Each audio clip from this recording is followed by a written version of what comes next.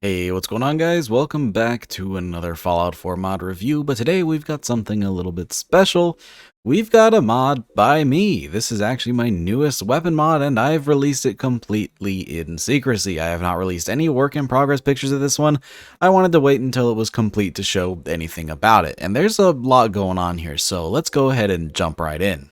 The mod today is known as the Infiltrator SMG, a wonderful little helical mag SMG that I think is really neat. Ever since I saw pictures of this thing, I wanted to see it in Fallout 4, and I knew that I was able to do it with plasma rifle animations. Because of the placement of the helical mag, I think it all worked out pretty great. Now, the initial plan for this weapon was that it was supposed to be released in a much larger pack, but to be honest, I wasn't entirely happy with how it would fit alongside the other weapons in that pack, so I decided to release this one as a standalone so you guys could enjoy it now, since it was completely done. Now, this mod does offer some features that some of my other mods do not have, so that makes this one pretty dang cool, but let's go ahead and start out with its functionality. This is going to be a 9mm SMG, or at least that's how it's intended to be used, and this thing has some really interesting quirks. It has a fairly low damage, considering it is one of the smaller calibers available, but it has a very high fire rate, and that helical mag holds 80 rounds, which I think suits this weapon very well, considering, again, very low damage, but very high fire rate, meaning you can take down most enemies, you're just going to have to pull the trigger for a while. The idea with this mod is that when you first pick it up with no upgrades and no perks, it's going to be doing a pretty low damage, but with a fully upgraded receiver and a fully upgraded set of perks, you get this thing up to a decent damage, but the fire rate is really going to carry you through it. And additionally, there's some added ammo type options that will allow you to get even more damage, or at the very least, even more usefulness out of this weapon, as some of these ammo types have some interesting little functionalities that make this weapon pretty dang powerful. Now, for those of you who are curious, the inspiration from this weapon comes from a real-life Chinese weapon known as the Chongfeng SMG. Apologies if I pronounced that incorrectly. And this thing is very cool. I did have to take some artistic liberties when it came to animations, but it is relatively close. It's loosely inspired by it, so it's not an exact replica, but it's very similar. As far as the mod itself is concerned, if you want to get your hands on this thing, it is actually added to the level list. Specifically, it will start spawning on gunners and railroad agents after level 18, and of course you can purchase it from vendors or even find it on the legendary loot pool. So if you kill a legendary enemy, you may have one of these drop. In my testing, I actually found a plasma infused version, and that was quite a lot of fun. I think I've mentioned it already, but in terms of animations, there are no custom animations sadly for this weapon. Instead, it uses the vanilla plasma rifle animations. We'll focus on that a little bit more later in the video, but this does have a couple of drawbacks that we'll get into that aren't perfect, but it works for the most part pretty well. One thing you may be noticing on screen is that the weapon is a little bit large, and that's just something that kind of came with the design of the weapon, as well as trying to fit it to the plasma rifle animations. Considering I'm not an animator and there's not really animations that suit this thing, this is just kind of the best I can do for now. While it does look rather large in third person, I think it looks perfectly fine in first person, especially if you have your FOV a little bit higher. One more thing to cover before we get into this weapon's finer details is the ammo type. There are actually two different versions of this mod whenever you head over to Nexus. There is a vanilla friendly one and one that requires munitions. Now, I intended for this weapon to use munitions so that it could use the custom ammo type. The real life weapon does use 9mm, and I think that's very fitting for this weapon. So if you download the munitions version, you will be able to use the 9mm from that mod. However, I did release a vanilla version as well for those of you who don't want to have to download munitions, and it will use the 38 rounds. I would highly recommend checking out Munitions. In my opinion, it is one of the best ammo overhauls around, but it is totally up to you whether or not you want to use that. For those of you who are interested, Munitions is going to add in a ton of the missing ammo types from the game, like 9mm, 22, 20 gauge rounds, all kinds of cool stuff, and it's also going to rename a couple of the calibers in the base game. For example, shotgun shells will switch to 12 gauge so that you can have multiple types of shotgun shells. It's pretty cool. Additionally, when you install this mod, you get to pick and choose which ammo types are actually added to your game. It's not going to bloat up your load order, it's just going to add in the stuff you want, which is pretty cool. If you decided to only use Munitions with this mod, you'll only have to enable 9mm, but it has a ton of other calibers and a whole suite of patches for existing weapons on the Nexus, so it's something I'd recommend trying out. It's especially nice for multiple weapons that use the same type of real-world ammo, but integrate their own ammo in their own mods. This will make it all uniform, so they're all using the same ammo type. It's a pretty nice addition to the game. Alright, enough shilling for Munitions, let's get into the Infiltrator SMG. And for starters, we're going to be talking about its stats. This thing has a base damage of only 12.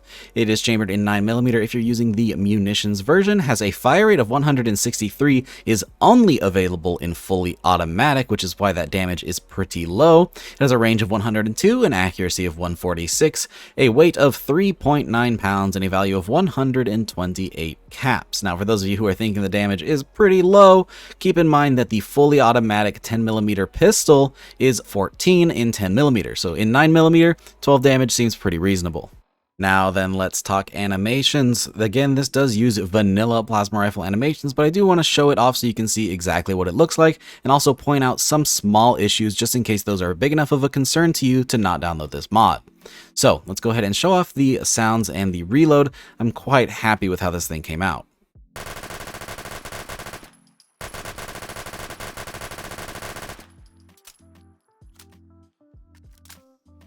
So right off the bat, you may have noticed there is a small bit of clipping on the magazine.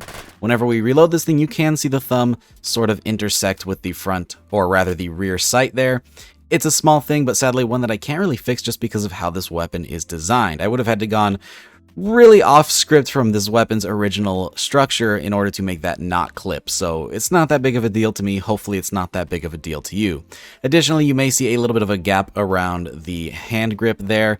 It's pretty noticeable, but it is actually way worse before. I made that grip as large as I could without it being obnoxious, and there's still a little bit of a gap. But again, not that huge to me, but for some of you, if that's a turnoff, apologies, but that's just kind of how it has to be for now.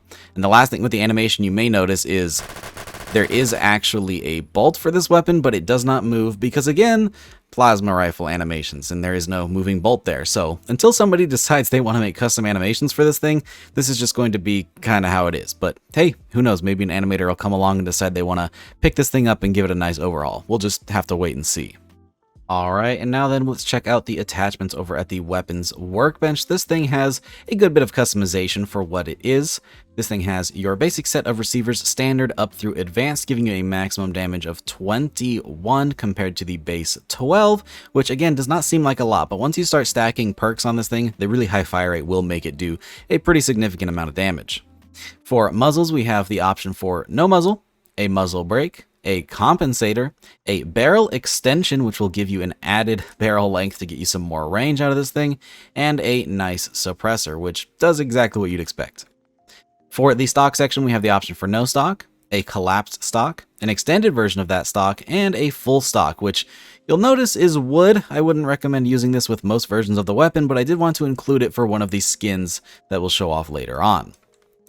For the scope section, we have, of course, your standard iron sights. We do have some glow sights as well, which you can see there. You have a nice little glow ring. We have a custom reflex sight, as well as a quote-unquote combat scope, which is a nice little sort of see-through scope.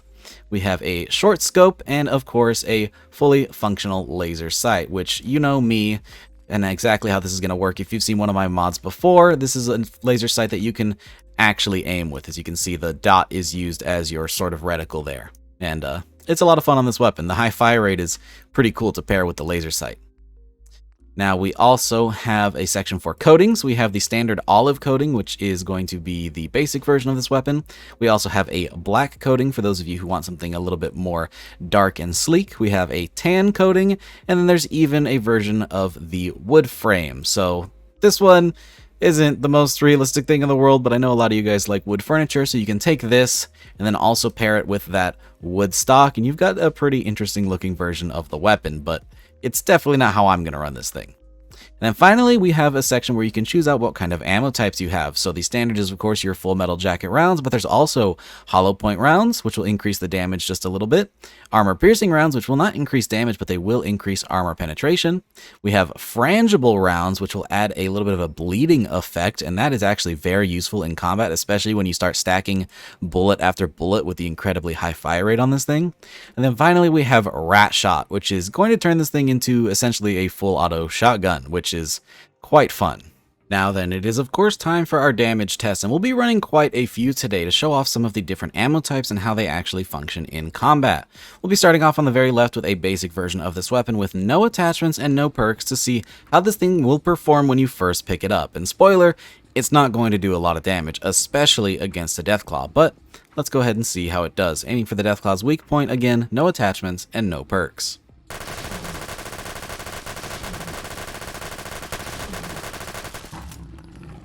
$80 rounds in and we didn't even kill it. Let's throw a few more that way.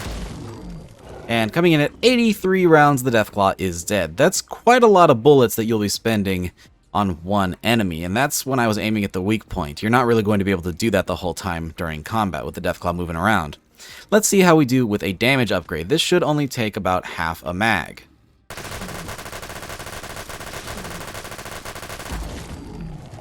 Not too bad. Some of those shots weren't on the weak point, but you get the idea. Definitely a significant damage increase, but it would be a lot better with perks. Now then, let's check out some of the ammo types. Here we have, I believe, the Rat Shot, which is going to do a slightly bit of increased damage, but only if you're at close range, as this does severely reduce the range. So let's see how it does with this Deathclaw. Should have mentioned also that this is on a fully upgraded receiver, so it should be just a little bit better than the version we were just using. Another interesting quirk with the Rat Shot is that it is at such a high rate of fire and there's so many projectiles that there's a pretty significant amount of kinetic force dealt to ragdoll objects. You can actually send Deathclaws flying, which is pretty fun. Now then, the last effect that we have is definitely my favorite and probably the most effective here, and that is the bleeding effect. Whenever we shoot a Deathclaw with this, you'll see that there is a little bit of damage over time dealt to the Deathclaw. And if we shoot a lot of bullets, that damage over time is significantly increased, making this thing probably the deadliest version of the weapon that we have. But I think it definitely gives a leg up to the smaller caliber. But yeah, I think that's just about everything. This was a lot of fun to make. It didn't come out exactly how I wanted. There are some small issues with the animations, but overall, it's still a pretty fun weapon, and I hope you guys want to try it out and enjoy it yourself. It is released as of right now, so you can go and download this from the Nexus today if you're on PC, and I'm sure there will be an Xbox port sometime in the near future. With that, I hope you guys enjoyed the video and a nice little peek at this mod. I've been slowly working on this as we've been doing the attachment pack, and since it was already done, I figured why not release it for you guys while you wait for the much larger project to come out. So yeah, let's go ahead and wrap this up. I hope you guys enjoyed the video. If you did, don't forget to drop a rating. Consider subscribing if you haven't already for more videos just like this. Big shout out to all of my patrons for supporting every single video, and a very special thank you to Avian4, Captain Chaos, Glasma, Helljumper, Indecisive Wolf, Cushy, Logan Rigmaiden, Microhon, Moonlit Gamer, Feed, Scott, Steven, Timmy76, Youth RC, and Voider for joining that Tier 3 Patreon membership. If you'd like to support the channel over on Patreon, you can do so using the link down in the description, but it is completely optional. Thanks again for watching, guys, and I hope to see you all in the next one. Peace!